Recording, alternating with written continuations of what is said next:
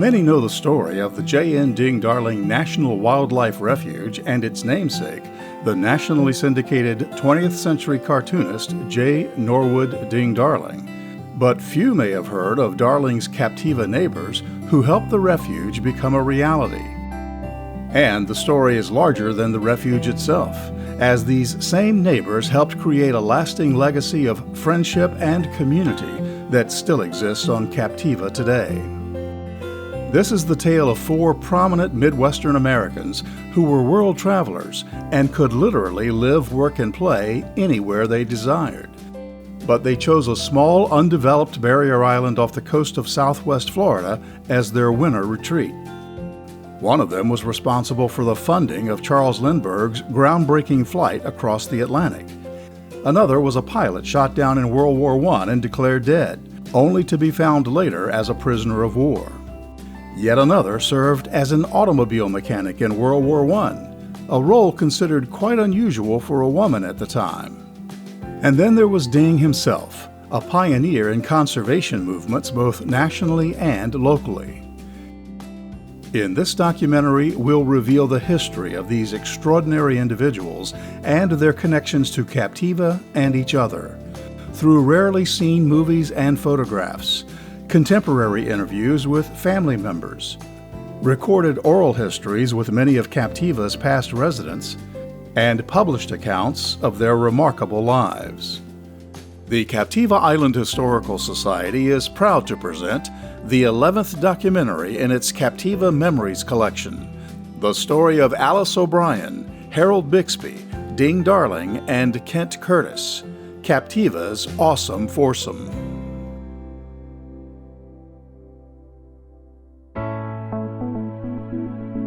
Alice Marie O'Brien, better known as Al by friends and family, was born in 1891 in St. Paul, Minnesota, to a wealthy lumber baron and his wife.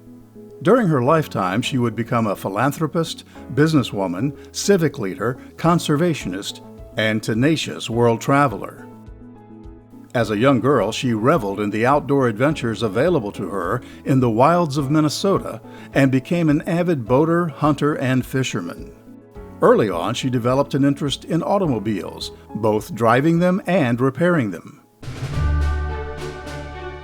When she was 26, she made use of her knowledge of cars by volunteering for service in World War I France, where she started as an automobile mechanic, but would later also serve as an auxiliary nurse, canteener, and supply truck driver.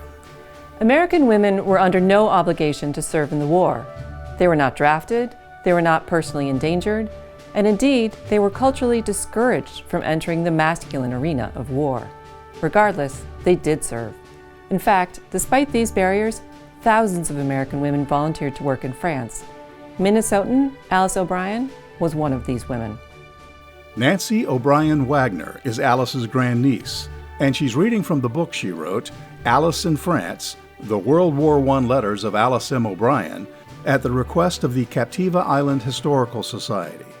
Alice's many letters back home during the war conveyed her enthusiasm for being able to support the French and American soldiers on the front lines, especially when she served as an auxiliary nurse for the Red Cross.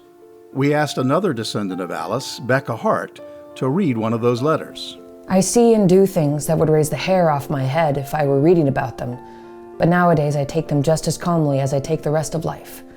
I had to hold a man down in bed yesterday, leaning my full weight onto his chest and holding his hands down while his wounds were dressed. It took about 10 minutes, and during the entire dressing he shrieked with pain, prayed out loud for relief, and called for his mother. Some of the men are in wonderful condition and can stand all sorts of things, but others are suffering from shell and nerve shock, and they cry like children. Poor kids. I can't say enough for them. America will win the war, but it will be at their expense, and a lot of them won't be alive to enjoy the day of victory. The Red Cross is truly marvelous. They're saving thousands of lives, and I hate to think of the terrible things that would go on if the Red Cross were not here to do their part. Everything that the Army cannot do, they turn over to the Red Cross, and it has not failed yet. Women were more than bit players in World War I. They were more than witnesses or victims. And they were more than the gendered stereotypes of feminized nurses, masculinized drivers, or sexualized spies. As Alice's letters show, American women served in France in a variety of ways and brought the full spectrum of human characteristics with them. Alice herself was a mechanic, an auxiliary nurse, a canteener, and a supply truck driver. She was brave, she was proud, she was jingoistic, she was loyal, she was flirty, she was judgmental, she was funny, she was fearful, she was human, and she was there. Alice and her peers were true actors in World War I, and their stories must not be forgotten. After the war, Alice turned her attention to civic, business, and philanthropic interest in her hometown, but continued her world travel. A visit to China resulted in the acquisition of numerous Chinese paintings, sculptures, and bronzes, which would later become part of the permanent collection at the Minneapolis Institute of the Arts. She also was a great collector of the works of French Impressionists, since France remained a favorite destination even after the war. But it was her 5-month, 7,000-mile journey through Africa which garnered perhaps the most attention from the prevailing news media of the day. The trip was filmed by then-prominent motion picture photographer Charles Bell, and a book was written by Grace Flandreau, a well-known writer and friend of Alice's, who accompanied her on that journey. Though Alice's wealth made the trip somewhat less arduous than it might have been for someone of lesser means, it was still considered highly unusual for a woman to lead such an adventure.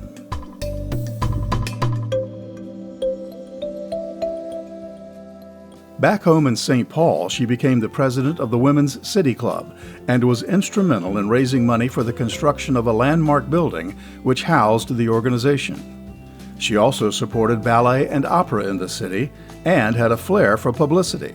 For example, she once trained Great Dane dogs to deliver opera tickets to city dignitaries. And she once took to the skies in an airplane to throw out free opera tickets to city residents. Upon the death of her father in 1927, Alice became president of Putnam Lumber, her father's lumber company based in Shamrock, Florida. Putnam was a major supplier of both cypress and pine products to the U.S. and the Caribbean. Conservation was also a big part of Alice's life. After her father's death, she donated 180 acres of riverfront land to the state of Minnesota to be developed as a state park. This conservation ethic, along with her philanthropic spirit, were evident in her many contributions to Sanibel and Captiva, which we will discuss in more detail in an upcoming segment.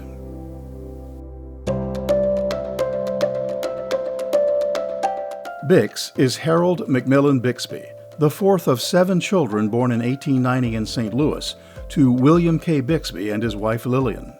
Harold's father was a successful executive in the railroad industry who retired at a relatively young age to pursue philanthropic interests in the arts, history, and medicine. William Bixby's name appears in numerous prominent places in Missouri, including Washington University. Harold graduated from Amherst College in Massachusetts in 1913 and soon after married Debbie Wise Case, with whom he would eventually have 4 daughters. He reluctantly entered the banking business after school upon the wishes of his father, but also tried other business opportunities as he pursued his real interest, aviation. St. Louis had become a hub for the burgeoning balloon industry, and Harold trained to become certified for Army service, which was using hydrogen-filled balloons for observation and artillery reconnaissance. But the year he became certified, the war ended. His interest in aviation would be redirected toward airplanes as he returned to the banking business in the 1920s. He would go on to become one of the first men in America to keep a private plane for business travel. It was this vocation which would propel Harold, an unassuming man who generally avoided the limelight, into playing a role in one of the biggest events of the 20th century, Charles Lindbergh's solo flight across the Atlantic. As president of the State National Bank of St. Louis, Harold led the effort to raise the money needed to finance the construction of Lindbergh's airplane. he was one of the 9 backers of Lindbergh's need for the $15,000 to have the Spirit of St. Louis built. And as it showed in the Jimmy Stewart movie, The Spirit of St. Louis, he's doodling on a pad of paper. He comes up with the name Spirit of St. Louis. And if I'm not mistaken, the patron saint in France is Saint Louis. So when the plane arrives with St. Louis on it, obviously the French citizens go crazy. But he was also president of the Chamber of Commerce in St. Louis. And so he put on his sort of Chamber of Commerce hat. His goal, one of his theories was that St. Louis could be the central hub for aviation for the country. Boom, right there in the middle of the country. Traffic would be going back and forth. So let's make St. Louis the star attraction here for aviation. Ben Barrett is Harold Bixby's grandson. He's also author of the book, The Spirit Behind the Spirit of St. Louis, a recounting of his grandfather's years in the aviation industry. The Captiva Island Historical Society caught up with Ben and other Bixby grandsons at the family's longtime summer compound on Lake George, New York. They told us about Harold's career and his family's connections to Captiva, which we'll hear about in a later segment of this documentary. Ben told us Harold's St. Louis connections with Charles Lindbergh would lead to a long and successful career with Pan Am, America's premier international airline in the first half of the 20th century, which would go on to pioneer global travel and jet technology. That connection with Lindbergh ultimately got him the job with Pan American. And Lindbergh introduced Harold, who needed a job, to Juan Trippe at Pan American in 1932. And then he spent his entire career with Pan American. Juan Trippe sent him immediately to China in order to assist in what was going to become the Trans-Pacific airmail route and passenger route, ultimately, with a China Clipper. And so Juan Trippe sends him to China to get established there, and he ultimately moves his family there. Harold Bixby would end his executive commitments with Pan Am in 1947 and enjoy a life of world travel with his wife and children. That travel would include winter residencies on Captiva Island, where he would become a leading contributor to the island's development.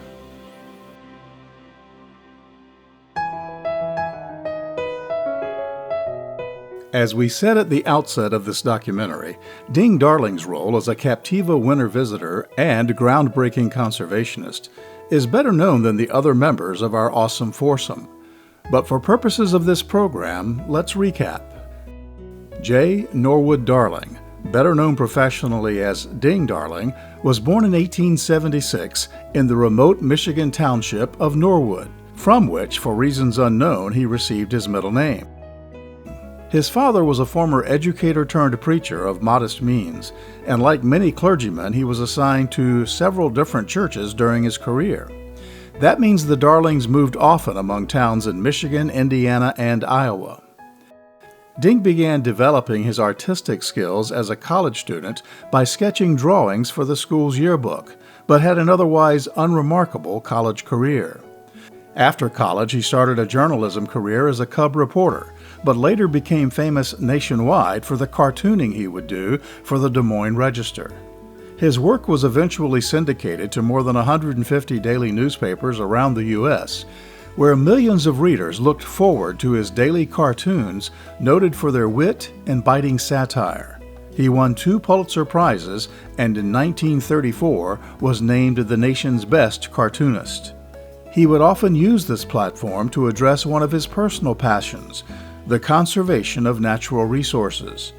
It was a passion that came from his lifelong interest in hunting and fishing.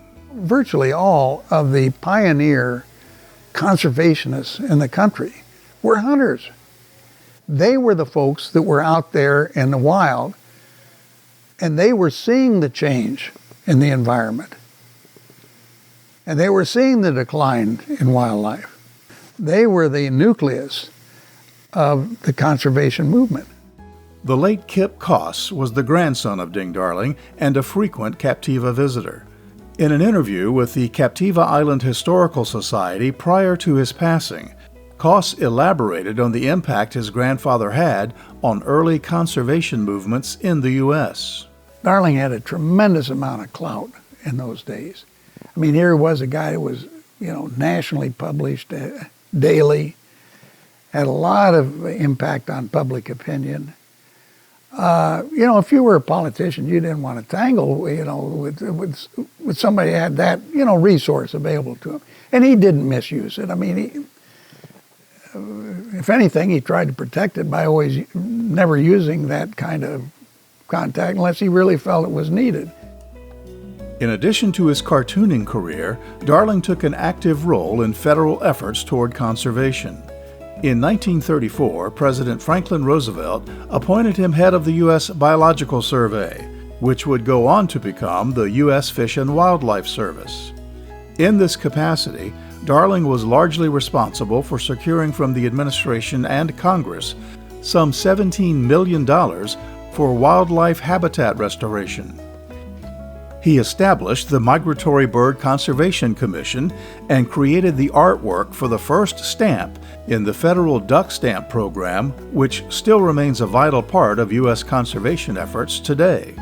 Waterfowl hunters aged 16 and older are required to purchase a current stamp annually, and the program continues to generate significant funding for the acquisition and protection of wetland habitats. The last name in our awesome foursome, Kent Curtis, is perhaps less well known today than the others, but he did achieve a level of fame in his lifetime. He was born Marvin Kent Curtis in 1890 in Wichita, Kansas, to a wealthy, influential family. He was named for his great-grandfather, Marvin Kent, who was the namesake for the town of Kent, Ohio. His great-uncle was William S. Kent, who donated the land for what would become Kent State University. He grew up in Chicago, and after attending Amherst College in Massachusetts, decided not to go into the family business of banking and railroads. Instead, he would spend a lifetime first as an aviator, then later as a writer, competitive yachtsman, and teacher. When the U.S. entered World War I, Curtis used his training as a pilot to join the American 148th Aero Squadron attached to the British Royal Air Force. After several successful missions, his Sopwith Camel airplane was shot down behind enemy lines while over France. His family received a telegram stating he had been killed in action, but it was discovered later that he had survived the crash and was taken prisoner by the Germans. He remained a prisoner of war until a month after the armistice was signed, ending the war. In the years following World War I, Curtis would travel off and on to Paris, where he was part of the so-called lost generation of post-World War I American writers and artists, led by Gertrude Stein and Ernest Hemingway. He had good friends there who he could stay with. He would sail there and he would live there for months. And I think of the prominent people that Kent met outside his family, he met them all in Paris. And he would go there. They were mostly writers that he would meet. And he met Scott Fitzgerald and Janet Flanner and Stephen Vincent Benet and Ernest Hemingway. I mean, the list is long. Archibald MacLeish might not be a household name anymore, but he was once the Librarian of Congress, so I think he was a very cool guy.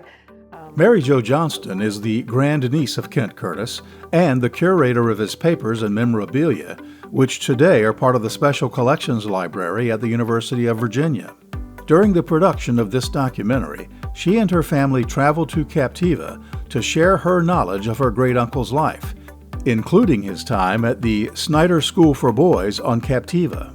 Before the war, he was teaching. So after the war, he went back to that. And his first job in the fall of 19 was teaching for an outdoor boys' school in Sycamore, Illinois. And he did that for 1 year. And then a year later was his first year to go to the Snyder Outdoor School. He taught for 3 years at the Snyder Outdoor School. He taught French and Spanish and history And all the time that he was teaching, he was also writing. He was interested in publishing novels. And so during the 4 years that he was teaching after the war, he was also writing. And then he won that $1,000 award for a movie scenario. And he thought about getting into the movies. And I know he communicated with Goldwyn for a little while about doing that. He started out in writing his boys' adventure stories in the American Boy magazine. And then the novel about World War I came out in 1929. So he had written 2 boys' adventure stories by then. This is The Blushing Camel, and this is a book about boys' adventures around Captiva Island, and it was published in 1927. Johnston says Kent received letters from his old Paris acquaintance, F. Scott Fitzgerald, praising some of his early work. In this letter, Fitzgerald wrote, "I sat up all night with a hangover reading The Blushing Camel. It made me feel quite pure, and seriously is one of the best boys' books I've ever read. It reminded me of Hemingway's Big Two-Hearted River and parts of Huck Finn. Send me your other novel." Curtis's writing efforts garnered other praise as well, but his primary source of income in later years would come from being co-owner of a boys' camp in Minnesota, where he was also a very highly regarded counselor. He also dabbled in brokering yachts and acting as a fishing guide. And he was a competitive yachtsman, often taking top prizes in an annual race from St. Petersburg, Florida to Havana. A family inheritance he received in his early years was wiped out during the Great Depression of the 30s, but he would get by on his earnings by often staying with friends or living on his sailboat while traveling to Captiva and elsewhere. And as you'll hear in an upcoming segment of this documentary, he was a well-liked and valued member of Captiva's awesome foursome. The Captiva Island Historical Society has been archiving and sharing the history of these 4 Captiva winter visitors for many years. But recently uncovered research into their personal and professional lives indicates these 4 individuals had unique and extraordinary connections, which significantly contributed to Captiva's early civic, social, and ecological development. We'll begin with this chart, which shows the birth dates and lifespan of each individual.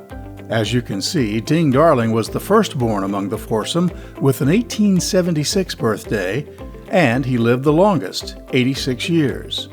Harold, Kent, and Alice were all born within a year of each other, starting in 1890. Kent was the first to pass away, dying from a heart attack at Lee Memorial Hospital in Fort Myers in 1957. Al and Ding passed away within 10 months of each other in 1962 in Des Moines, Iowa. Ding died in February at his Iowa home, and Alice suffered an aneurysm in December in Des Moines, where she had stopped while traveling to Captiva. Ironically, she was in Des Moines to attend a board meeting of the Ding Darling Foundation. Harold Bixby was in his Captiva home when he died of a heart attack in 1965. Kent Curtis was thought to be the first to arrive at Captiva. He took a teaching job at the Snyder School for Boys. The first records we have of Alice O'Brien visiting the island are in 1933, where she and her mother came to visit. Darling wasn't far behind in 1935, and the Bixby family first started coming in the early 1940s. All of them would continue to be winter visitors for the remainder of their lives, with the exception of Ding Darling, who had sold his Captiva property and established a winter home in Clearwater, Florida, to be near his son, who was suffering from a chronic illness. This 1944 aerial photo of Captiva will help us set the stage for the rest of the connections we'll explore in this documentary. We'll start with the location of Tween Waters Inn, a popular early Captiva resort which still exists today. This was the longtime winter residence of Ding and his wife Penny. They had 2 cottages, one a residence where they stayed, and one a studio for Ding because he continued to work during his trips here. Darling would also purchase property to the north, where he built his famous fish house. But even after he built it, his wife preferred the cottage at Tween Waters, So it became another place for Dean to work, as well as a place to stay for visiting family and friends. Alice O'Brien would build a winter home and dock just a short distance south of Tween Waters in 1935. Her Gulf to Bay property would evolve into a compound of multiple buildings where friends and family members could stay during the winter. This is a photograph of her home. Everything in that cottage was built like a boat.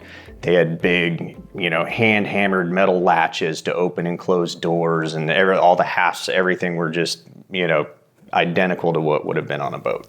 Captiva Fire District Deputy Chief Sean Kilgore has first-hand knowledge of Alice's cottage. He says after Alice's death, the property was sold and her house was moved to another part of the island, where it served as a caretaker's cottage for its new owners. Kilgore's parents were those caretakers, and Sean grew up in the house.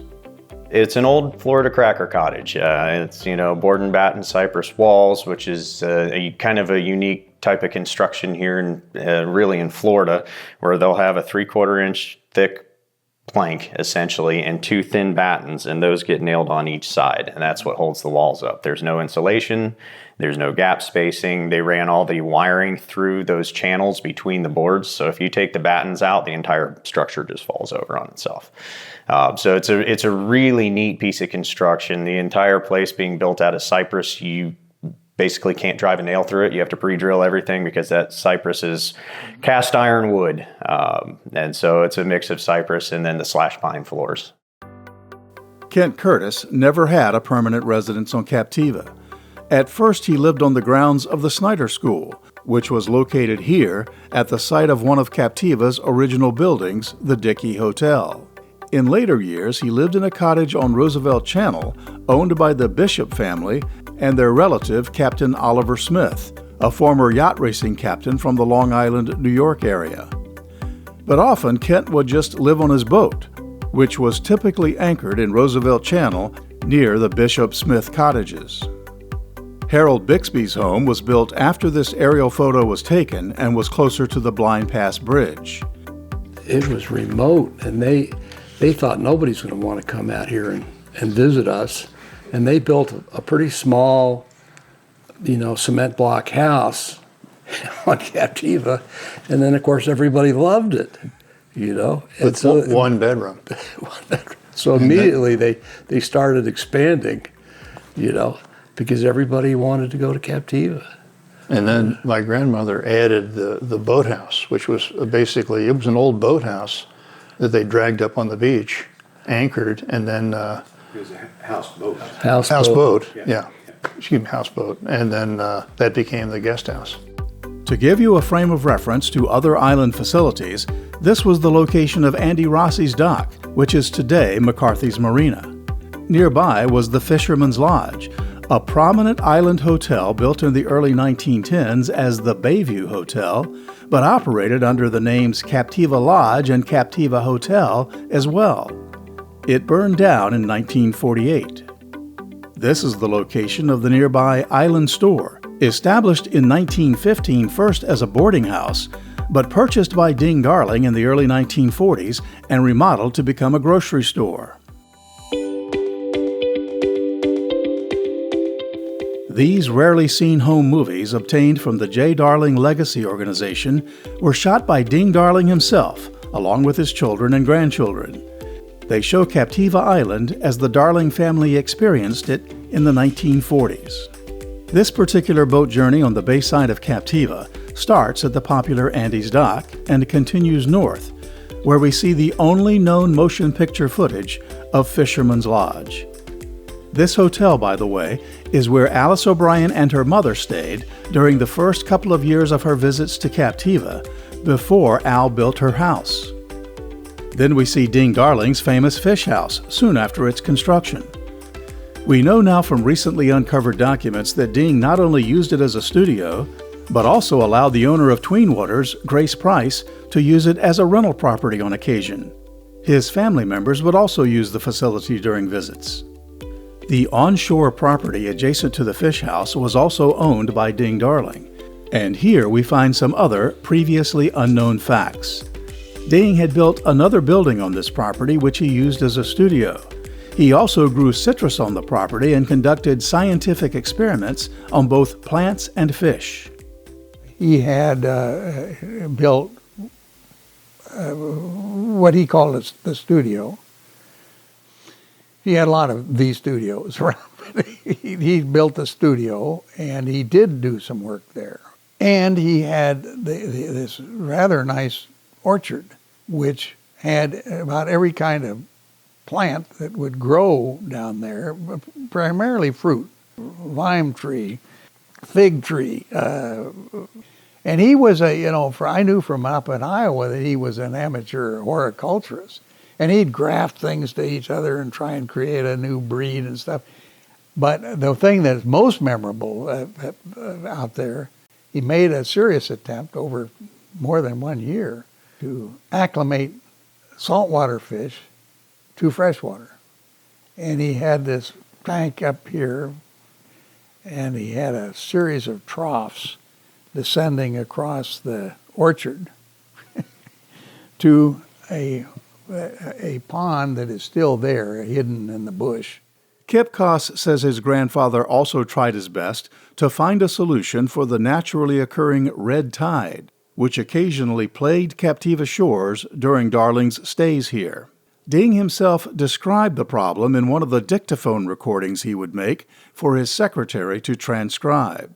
We had what was called red tide. It isn't red and it isn't a tide. Thousands of fish are washing up on our beach in front of the cottage. The stench along the beach is something awful.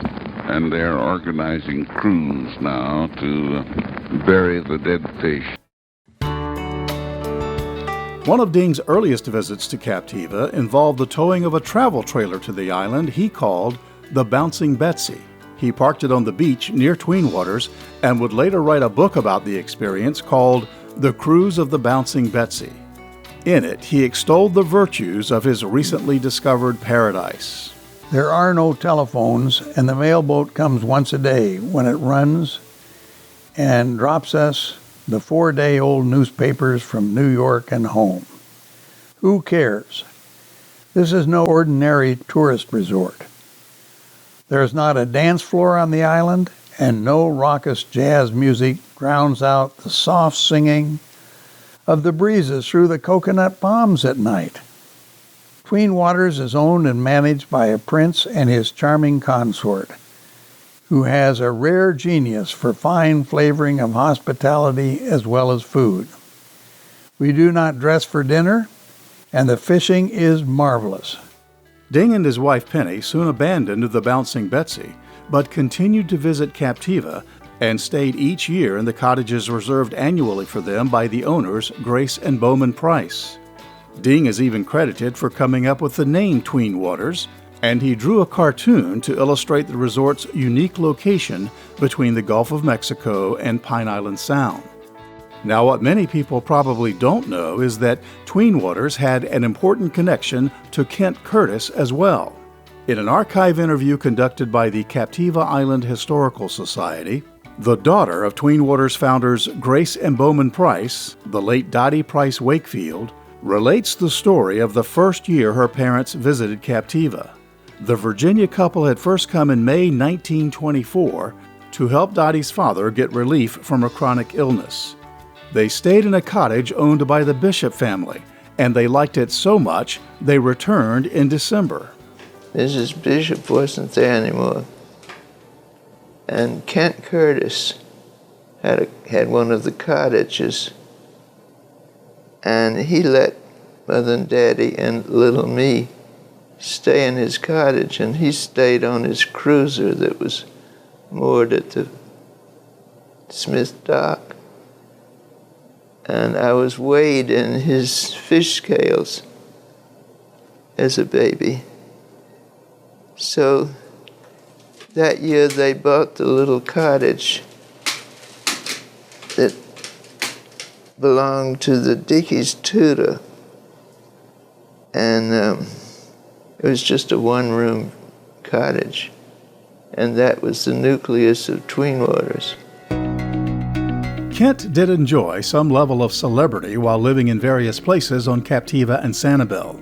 In fact, when a member of one of Sanibel's first pioneer families, Sam Bailey, was questioned in later life about the famous people he had met along the way, his first comment was about Kent Curtis. Did you ever know any of the famous people, or like Ding Darling? Did you ever remember those people being here when during your? Yeah, there was a guy named Kent Curtis who used to live there, was a writer. One of the other connections common to our awesome foursome is that they were all prolific letter writers. During her visit to Captiva, Curtis's great niece read us a letter that Kent had written to his sister about his first impressions of Captiva. On arrival, January 1921, we arrived here Friday noon after 3 nights on the train and one in a hotel in Fort Myers. The place is quite up to expectation. You can pick grapefruit off the trees and eat them without sugar. And there is a coconut grove up the island a little way where you can buy the nuts for a nickel apiece. It is really tropical. The sun is blazing hot, but there is always a breeze. The swimming is wonderful. I have a good room with a view of the Gulf and bay both. The island is just about 300 feet wide here. My trunk arrived all right. I mean, clearly he was enamored with Captiva from the get-go. There are 2 more letters of note from Kent Curtis's collection of papers at the University of Virginia. In this one, Ding Darling asks Kent to help get his grandson into the summer camp Kent ran in Minnesota. And in this letter, we discovered that Kent and Harold Bixby had a social connection long before their time on Captiva. In a 1920 letter to his sister Josephine, Kent wrote, "Went into the Amherst dinner at the Blackstone on April 17th and had a mild good time.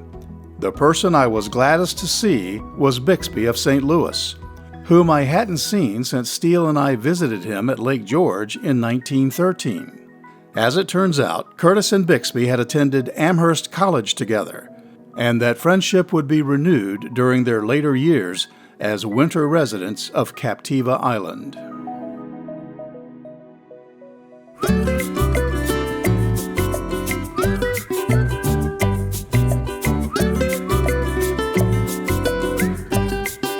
This is Ding Darling's daughter, Mary Darling Koss, exploring Alice O'Brien's yacht, the Wanigan, at Alice's dock on Captiva in the 1940s. During her lifetime, Alice had 3 different versions of this yacht, which she used extensively for travel, and it was enjoyed at various times by every member of our awesome foursome. She would use the yacht each year to travel from her home in St. Paul, Minnesota, down the Mississippi River to Captiva, and then back again after her winter stay on Captiva ended. She had 2 boat captains over the years at Captiva, a Norwegian captain at first, then later Belton Johnson, a longtime fishing guide and boat captain who grew up on Sanibel and later made his home on Captiva. Belton was also Ding Darling's longtime fishing guide. It was big local news in Southwest Florida whenever the Wanigan would arrive back each winter. This November 1957 News Press article chronicled the Wanigan's arrival that year. It stated, "The Wanigan 3, Miss Alice O'Brien's beautiful yacht, arrived from St. Paul, Minnesota, her home port.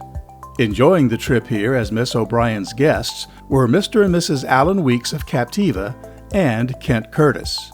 Miss O'Brien," it said, "takes the Wanigan to the St. Croix River in Minnesota every summer and returns to Captiva in the fall.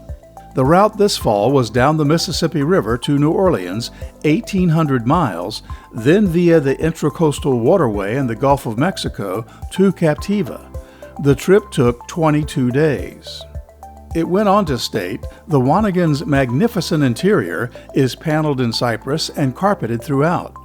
Her refrigerator and freezer are larger than those in many houses, and the bridge reminded this reporter of an electronics lab at Massachusetts Institute of Technology. Some of the electrical equipment is electric pilot, direction finder, depthometer, synchromaster, television, ship-to-shore radio, and radar." O'Brien would often take her Captiva friends on excursions to the Bahamas, to the east coast of Florida, up the U.S. eastern seaboard, and to many Caribbean ports. This picture of Kent Curtis was actually taken by Harold Bixby on one of those Wanigan trips. Curtis would actually write a novel dedicated to Alice called The Last Wanigan. O'Brien had named her yacht for the floating log cabins used by lumberjacks, which she experienced on outings as a child with her father. Alice also had a smaller boat called the Mackerel Snatcher, which traveled with the Wanigan and was used for side excursions and fishing. Here you see Alice on the Mackerel Snatcher at an East Coast Florida marina during one of her excursions with friends. Now we know Ding Darling was on this trip because he took this picture, according to documents in the Kent Curtis collection at the University of Virginia. In one of his many letters to Curtis, Ding wrote Curtis about a trip he took to Rochester, New York with Alice to get the Wanigan repaired. Darling expressed his delight with the trip, which included 3 days in Alice's home port of Marine St. Croix, Minnesota. The whole trip, Ding wrote, was one of those rare treats which can only happen to friends of Al O'Brien. Incidentally, the Wanigan would also play an important role in World War II. As with many private boats of that era, Alice's yacht was requisitioned by the U.S. Coast Guard to act as a patrol boat for the coastal United States. Research in the National Archives by the Captiva Island Historical Society indicates the Wanigan was also involved in a not-so-well-known operation in the Florida Keys, where the U.S. Navy deployed mines to protect our coast from German U-boats known to be active during the war in Florida waters.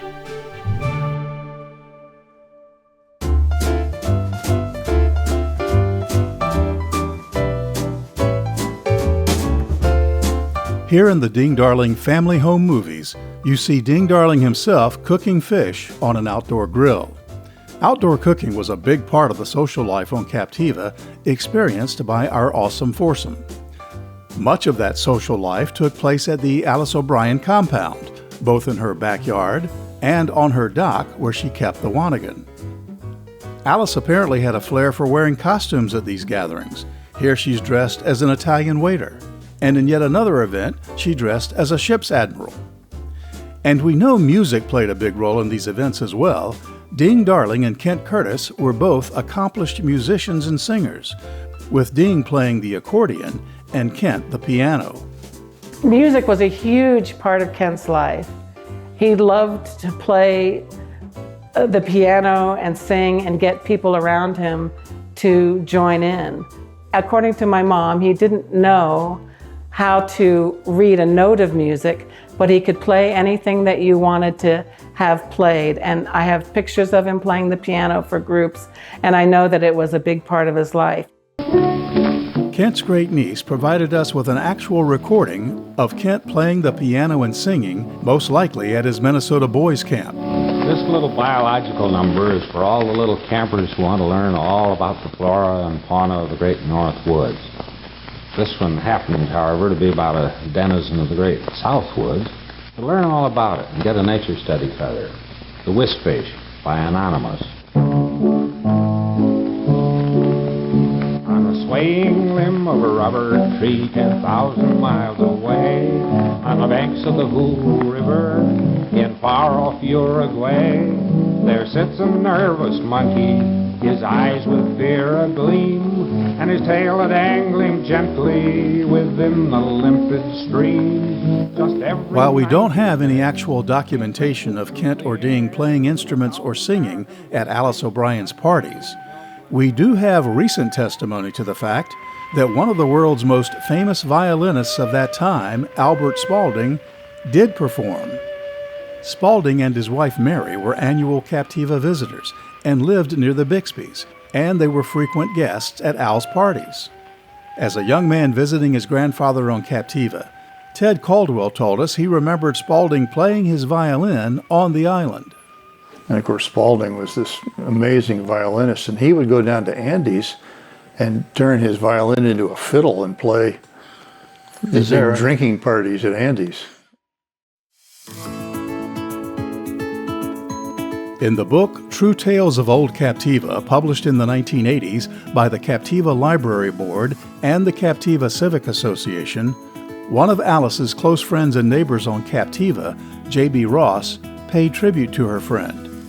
Fortunately, an audio recording was made of her interview, and we have this excerpt where she explains O'Brien's impact on Captiva's social development. Among her many contributions, I think, to Captiva was, first of all, the circle of friends that she gathered around her. I don't know how. I think she had known Ding Darling from the day she first came down fishing. Yeah. And then Harold Bixby, one of the two Bixby brothers who were early residents here. And Harold was one of the sponsors of Lindbergh's flight. And Harold Bixby, when we would ask him about Lindbergh, would tell us all kinds of stories. And by the way, Alice was in Paris at the time. I don't know whether she'd gone over especially or not. She loved Paris, spent a lot of time there. And she was determined to see the landing. When the news came, she drove out, and she was among those at the landing, and it must have been really a spectacular time. Well, in addition to taking care of us, you might say, physically and spiritually, Alice also provided many of the amenities of life on Captiva those early days. She was a kind of, the epitome of the island, to many of us. I mean, she shaped our lives, really, in so many ways, and always in an interesting way, because she was not merely a sportswoman and a fine citizen, but she was also a person of very fine taste. Another neighbor and friend of Al's was Elizabeth Braswell Pearsall, who wrote a book about her memories of Captiva called Time Remembered. Pearsall and her husband were from prominent North Carolina families who discovered Captiva in the 1950s, and like so many others who started out as renters, fell subject to its unique charm and became property owners. Pearsall outlined the day her friend Phoebe drove her to see Alice to ask for permission to buy one of the homes that had recently become available in her compound. Before she had gone very far, she made a turn away from the road by the sea into an area of openness and scattered palms, beyond which sat the home of Alice O'Brien. Though open to the sea and the bay, Alice's property was enclosed by jungles on either side. Phoebe asked to be excused for a moment and hurried from the car into the house. In less than 5 minutes, she and Alice O'Brien hurried out together. Al, whom we knew only slightly from having attended small gatherings for drinks in homes up and down the island, had her arms open wide in a welcoming gesture, saying, "Of course I would like to have these nice Pearsalls as next-door neighbors. I should be delighted." When Tom and I, through our decision to buy property, landed in the compound, although we knew the compound families, our closest friendships were not at that time among them. But we became a part of the compound family immediately. That first winter of having our house, when Tom was going back and forth to Carolina and leaving me there for 3 weeks at a time, Alice O'Brien felt responsible for me. She had not yet learned that Southern women can stand on their own feet.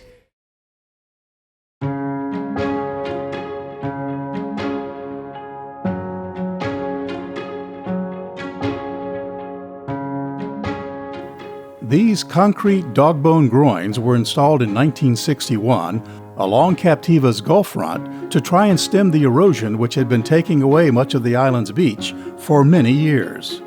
As a volunteer board member of the fledgling Captiva Erosion Prevention District, Harold Bixby had committed his executive skills to finding a solution to the erosion problem.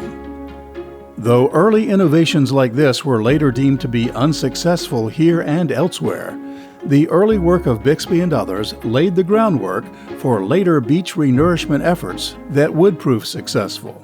He used to get me to go out off the beaches, and there was one spot I remember where the road, where the road takes a sharp 90.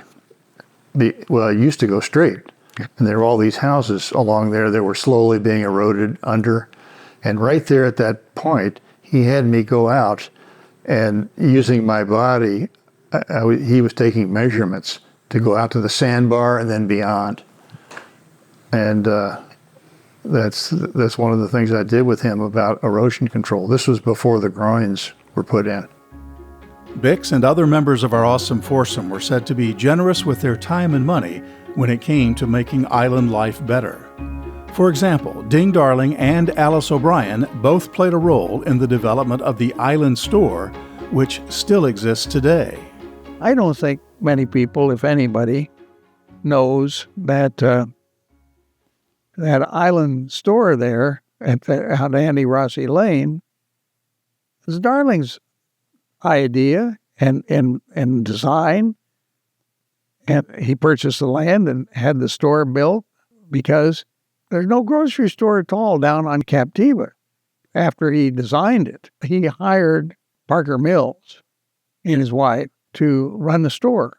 It was a frustrating experience for Darling because one of the reasons he wanted to have the store there was so they could get gasoline there. And he really worked. And as we know by now, that Darling was resourceful when it came to solving problems. And he tried to crack that gasoline problem, and he couldn't get it done. In her oral history for the Captiva Library, J.B. Ross said Al also pitched in at one point to help the operators of the Island Store. She helped, for example, and when I say helped, I mean she financed in one way or another a little grocery store, which is the nucleus of the present grocery store. It was really just one large room, which Parker Mills ran for many years, and Alice arranged for him to have around the floor, in a kind of quadrilateral, a broad aisle with tables and chairs, and it served as a little restaurant. And there was a wonderful German woman here, a splendid cook. But she was the cook, and you could go up there for lunch and have the most wonderful soups. And you could also order dinners there. We would have gala dinners. Friends say O'Brien did many things behind the scenes to help people. These documents were given to us by a relative of Alice's island hairdresser and show how Alice provided financial assistance with both her beauty salon and with construction of a Sanibel restaurant run by her husband. This newspaper article writes about her helping the Teen Club of Sanibel Captiva. And this article mentions her support in an island fundraiser for the American Red Cross, an organization she had supported since her days as a canteen volunteer in World War I. To no one's surprise, Alice made sure the fundraiser was a fun event for attendees, with the article stating, probably the largest group gathered around the numbers wheel where Miss Alice O'Brien accompanied the spinning with clever, rapid-fire chatter. She was assisted by Mr. Kent Curtis, who displayed hidden talents as a paddle passer-outer. Later, Miss O'Brien gracefully thanked the guest for attending and then officiated as the winners of the various games were rewarded with prizes. She was a very sensitive person, and I think as a friend, one would stress not only her generosity and her cordiality, but the quiet way in which she helped people and gave them pleasure and also helped them out in hard times. In the course of producing this documentary, we learned from Alice O'Brien's great niece that Alice and Harold Bixby were also investment partners. These documents provided to the Historical Society show that O'Brien and John Oster of Osterizer Blender fame were the two largest partners in forming a company to purchase South Seas Plantation in 1961, the other two being Harold Bixby and retired RCA executive Walter Watts. When the property was sold to the Mariner Group in the early 1970s, Walter Watts was the sole owner, but at the beginning he was a minority investor. It turns out Alice O'Brien and John Oster were the largest partners, with a combined 84% of the deal, while Bixby had 10% and Watts only 6%. The documents indicate they had developed a plan to sell residential lots and had modeled their plan after a development in Sarasota called Bird Key. Their stated objective was to develop the property to its fullest extent, without destroying the character and native charm that has made it one of Florida's most beautiful hideaways. But these development plans never materialized because soon after the sale of the property, Alice O'Brien passed away. Sometime during the next 10 years, her family and the other founding investors would sell out to Watts, who ended up selling the resort to the Mariner Group in 1971.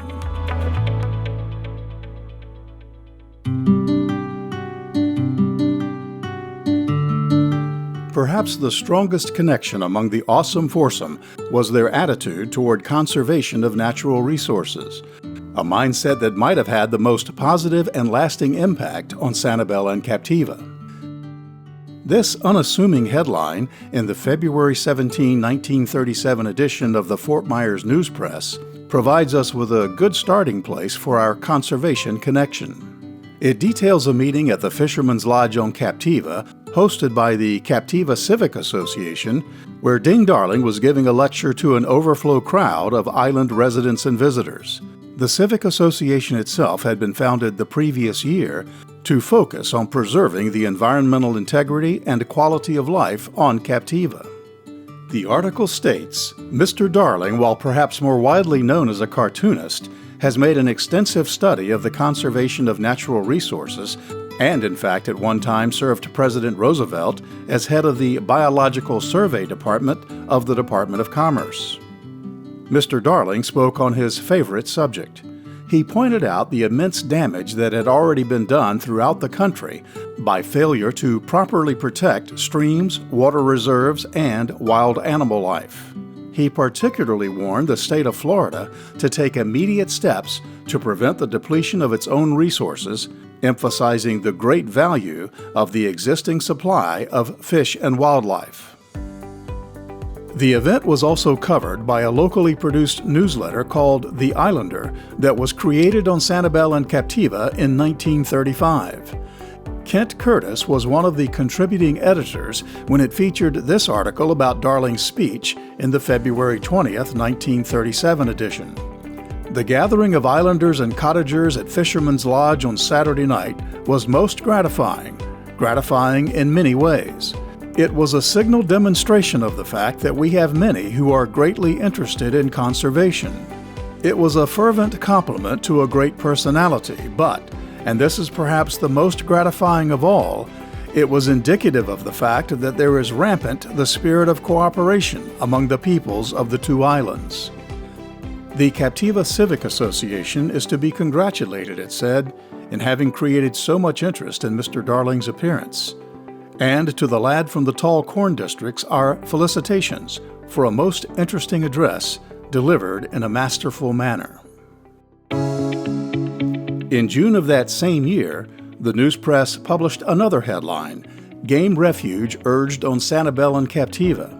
It said more than 150 property owners on the islands of Sanibel and Captiva have signed a petition addressed to state and federal conservation departments to incorporate both of the islands in a permanent and official refuge for the conservation of wildlife, including birds, tropical flora and fauna, and other natural features.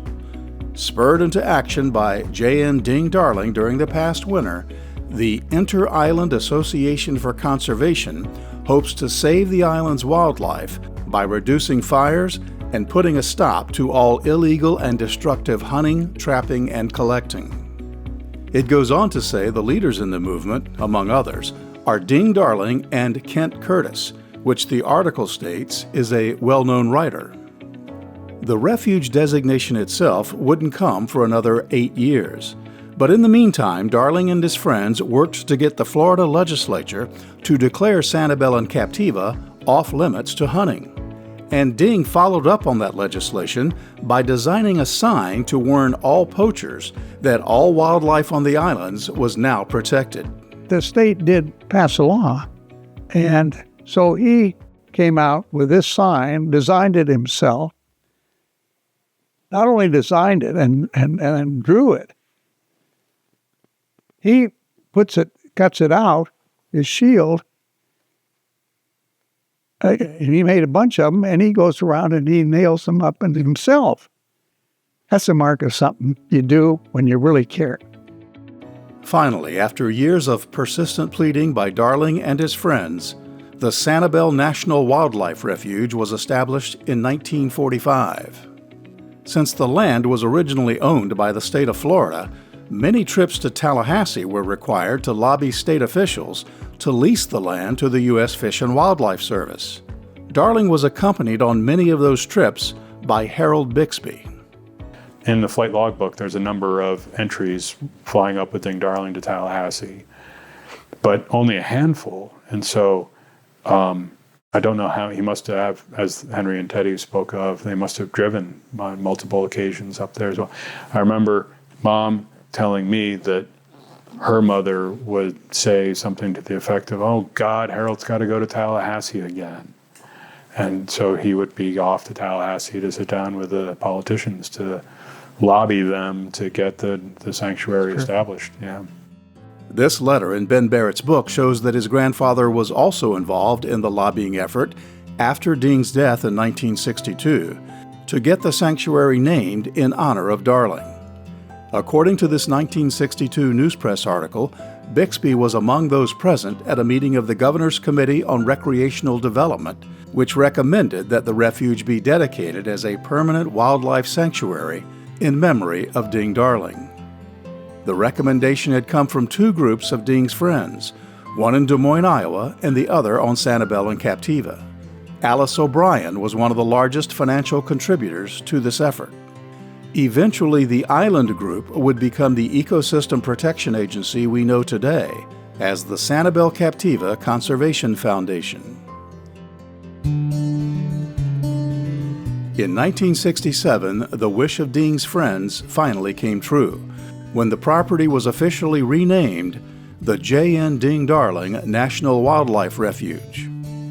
In the intervening years, the refuge has grown to more than 5,200 acres, making it a safe haven for more than 250 species of birds and one of the largest undeveloped mangrove ecosystems in the United States. There's also a state-of-the-art education center where visitors can learn about natural systems, conservation principles, and about the pioneers who led the conservation effort. Longtime islanders and visitors know the highlight of any visit to the refuge is the 4-mile-long Wildlife Drive, where you can immerse yourself in Southwest Florida's unique and scenic wilderness.